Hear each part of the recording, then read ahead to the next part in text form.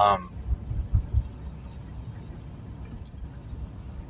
having one of those days where I don't have motivation or drive to do anything, and my confidence is just out the window. My stomach's been nauseous all day. And I went and did a batch. I did some Instacarting, and then I dropped off the groceries, and my stomach just really bothering me. I started thinking about stupid things again. And then I had thoughts of harm towards myself, to try to find some kind of release.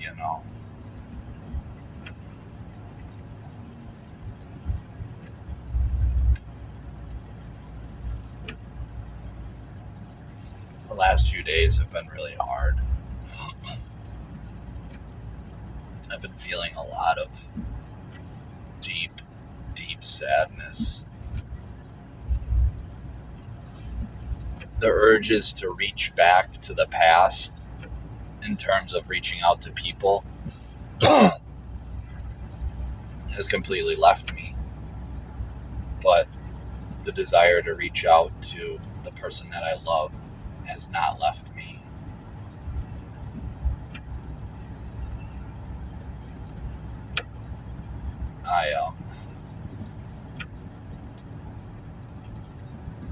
I started thinking about how if I ever see this person again, all I want to do is just hold their hands and just sit with them.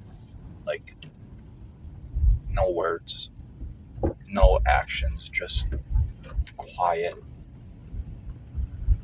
relating, just contact, a little bit of physical contact through hand holding across from each other, and just sit for just some moments, just for 5 or 10 minutes, just sit there with you and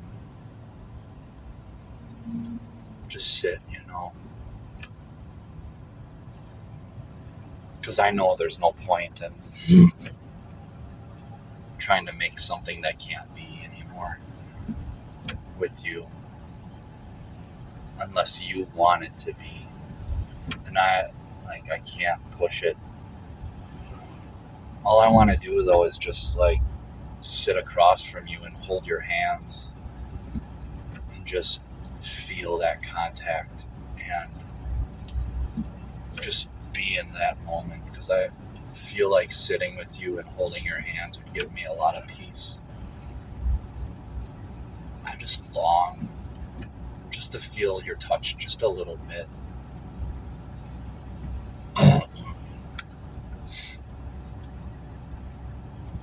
I'm just I feel like I'm gonna throw up.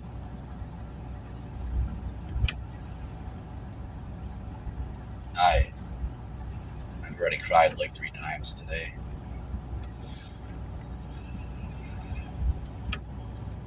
I can't, I recognize the importance of letting those tears out. I don't try to hold it in. But the last time it happened, about an hour and a half ago, it just poured out of me in whimpers. I just whimpered. I didn't cry out loudly in my car. I whimpered through the tears. I didn't even have the strength to cry out. I feel so defeated and burnt out. But I know this is just a phase. These are just natural occurrences. They're physiological and emotional and mental responses and spiritual responses to change inside of me, to conscious change, to the realization and understanding that it's over, that I only have myself, that I don't want anybody else, that I don't need anybody else, that there's one person and it's that person or it's nobody. And that's that all or nothing thinking that I discourage all of you from. Don't model your life after what I'm doing. There's a lot of things I talk about that can be very useful and insightful, but my personal formula, which I try not to put too much into some of the stuff I say when I'm trying to give advice or insight, but my personal formula is meant for eternal loneliness. Like, it's not meant for a return or a going back. It's meant for acceptance of, hey, this is it.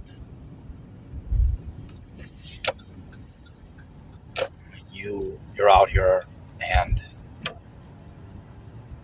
you're gonna be like this and in this alone. And it's just my inner self preparing for the journey. And the way it prepares is oftentimes when we're shedding those parts of us that we want to shed, the reason why you go from moments of deep clarity and understanding and even peace inside to moments of just straight up panic, terror, and deep agony in your heart. Like, you go back and forth from those moments because the things you're shedding that you thought were lifelong and have been with you for so long, while they're being shed, they're like, it's the last death cries of those parts of you crying out to you to not let me go. Don't let this go. Hold on to this. That's what's happening. Like, that's what the tears are. That's what the fear is. It's normal.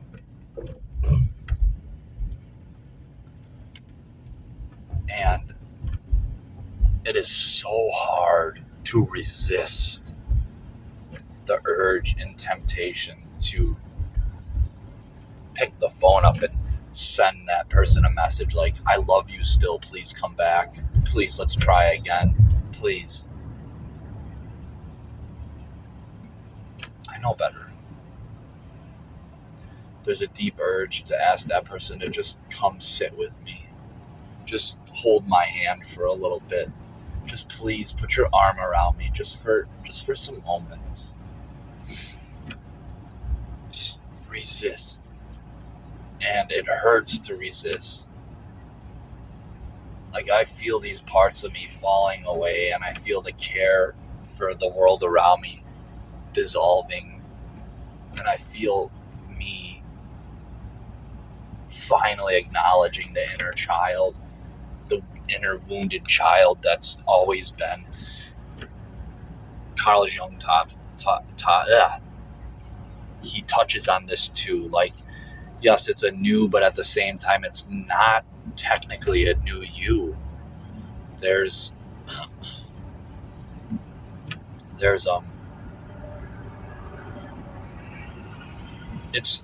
it's your inner child, the inner wounded you, the oldest wounded you, the oldest, deepest wounds of yourself, your real self coming to the surface finally, breaking through the nonsense, the lies, the preconceptions you've laid upon yourself and let others lay upon you. You're finally becoming new, the new you, but it's really a return to self. And that comes with the acceptance of self. That return to self is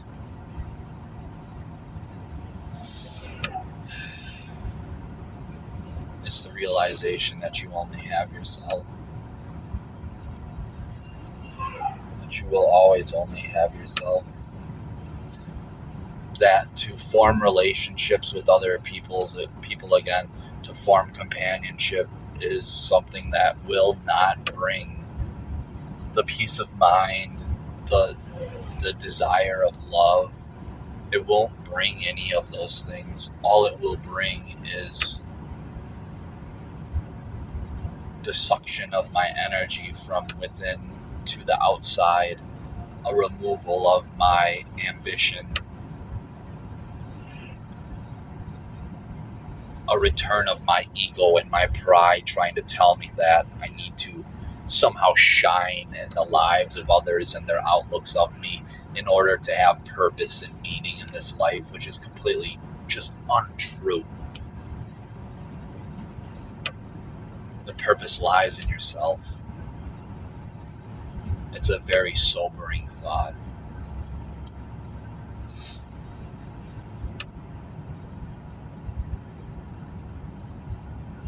These parts just fall away, and sometimes the motions are nauseous.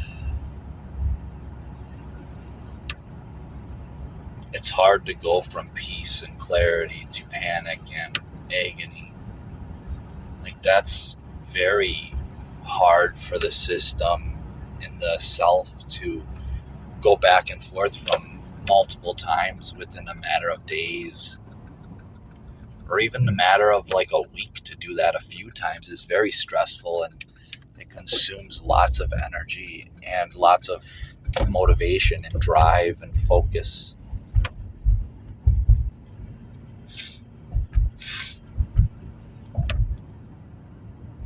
The ego dies. You have an ego death, and you realize how small you made yourself and your world when you put yourself in the box of other people's thoughts of you, and measuring your worth on the basis of how much you've helped others or been there for others, instead of measuring it on how much you've been there for yourself and helped yourself.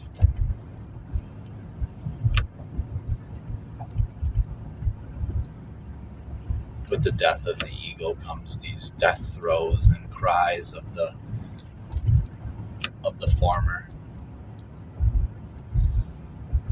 of what has been for so long but no longer can be. I cannot coexist with the past, because all that has done for me is hurt me. And simultaneously shedding the past memories, the past self, shedding all of that is also painful, but there's liberation and freedom. And these feelings of agony will pass, and the feelings of peace and clarity will return again. I've also had to accept that for the rest of my life, I will have those moments of longing to return and get back and make better what I had with that person. But the acceptance that that person just does not want me back. That they don't think about me the way I think about them. That I have eternally set in motion.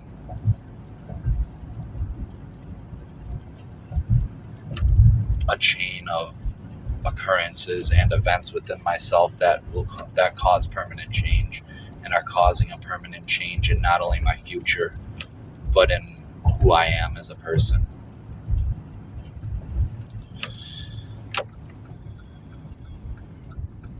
It's just a rejection of the world and the people in it, and the acceptance of myself and only myself into my atmosphere.